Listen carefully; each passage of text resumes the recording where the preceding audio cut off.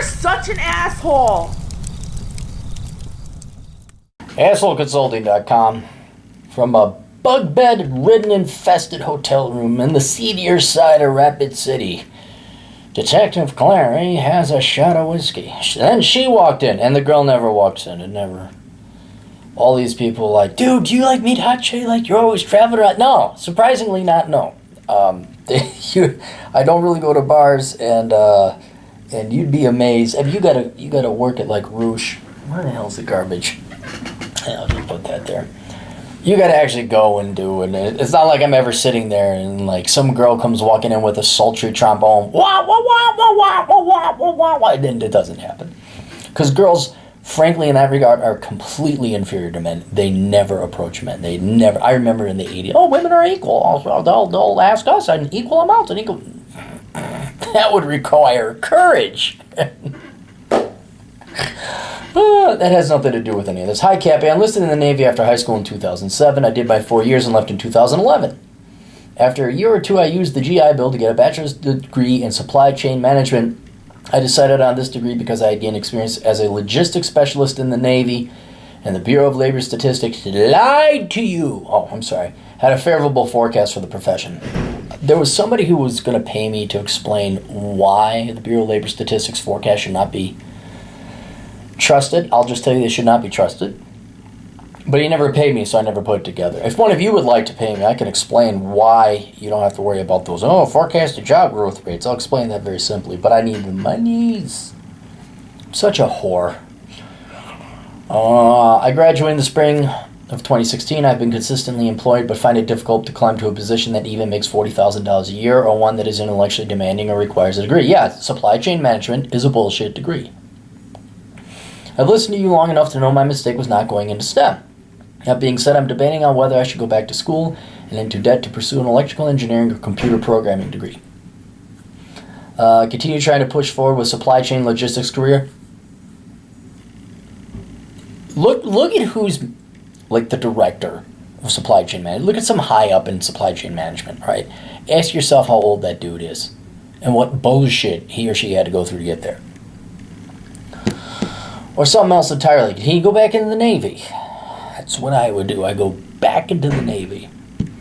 I've considered moving around to find better jobs, but my searches haven't yielded much promise for anyone who doesn't have experience with company-specific ERP programs. I'm doing well with a minimalist lifestyle. My mandatory expenditures are under $1,000 a month: food, gas, housing, utilities, and I have avoided marriage and children and the debt that I can't pay off within 1 month. Okay, so you got a credit card. That's fine. I'm a bit of a fog as to how I can progress to make an adult professional wage. I just turned 29. I need to figure this out. Thanks for your helps. Okay, so he gets a military discount. So military discount, you get a pretty good discount because I like the military people. Yeah, dude, get your ass back into computer programming or electrical engineering, either or. The computer programming route, you'd go computer science, but. And since you already have a degree, you're looking at 2 years, kind of like the previous guy. So you could do electrical engineering, computer programming, 2.5, at max 3 years if you went back full time. But with the programming route, you don't really necessarily have to go back to school. You do have to put in the time and effort and energy to become a computer programmer. And maybe you have like some carryover experience from your work where you've programmed something. It's really up to you. Both are fine. Both you can go get degrees in. Both degrees are great. No problem with any of them. It's just that maybe you might want to try a programming boot camp or self-study or something like that.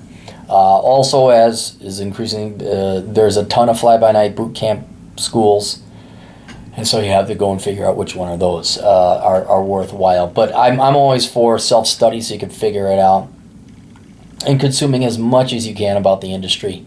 Just so you get the lay of the land, you got to figure out the terrain. Oh, okay, this is in demand, and that's why. So it's not just like, well, I have my certification in this because I heard that it made $70,000 a year. Well, yeah, but what do you do with it? How does it? Oh, you don't have these other skills that are necessary for this one skill to be really good. But yeah, that's what I would do. Either one of those, completely up to you. Completely up to you about how you go about getting it. I'd just go back into school. Electrical engineering, you have to. Computer programming, if you're coming into it rookie league, Yeah, just take some classes, and those classes, and they don't have to be you can take them online. It can be accredited, I think. Again, Western Governors, ASU Online, because it's digital. You can find these pretty cheap online, too, for an accredited university. But I would not be going to, I gotta go. What was it? Some kid was insistent. Oh, California kids. I don't know what's with California kids. I have to go to UCLA. It's like, no, you don't. You really don't. Or I have to make it to Berkeley. No, you don't. You really don't. You can just go to the Shitberg U as long as it's got an accreditation and it offers 4-year degrees in the field you want to study.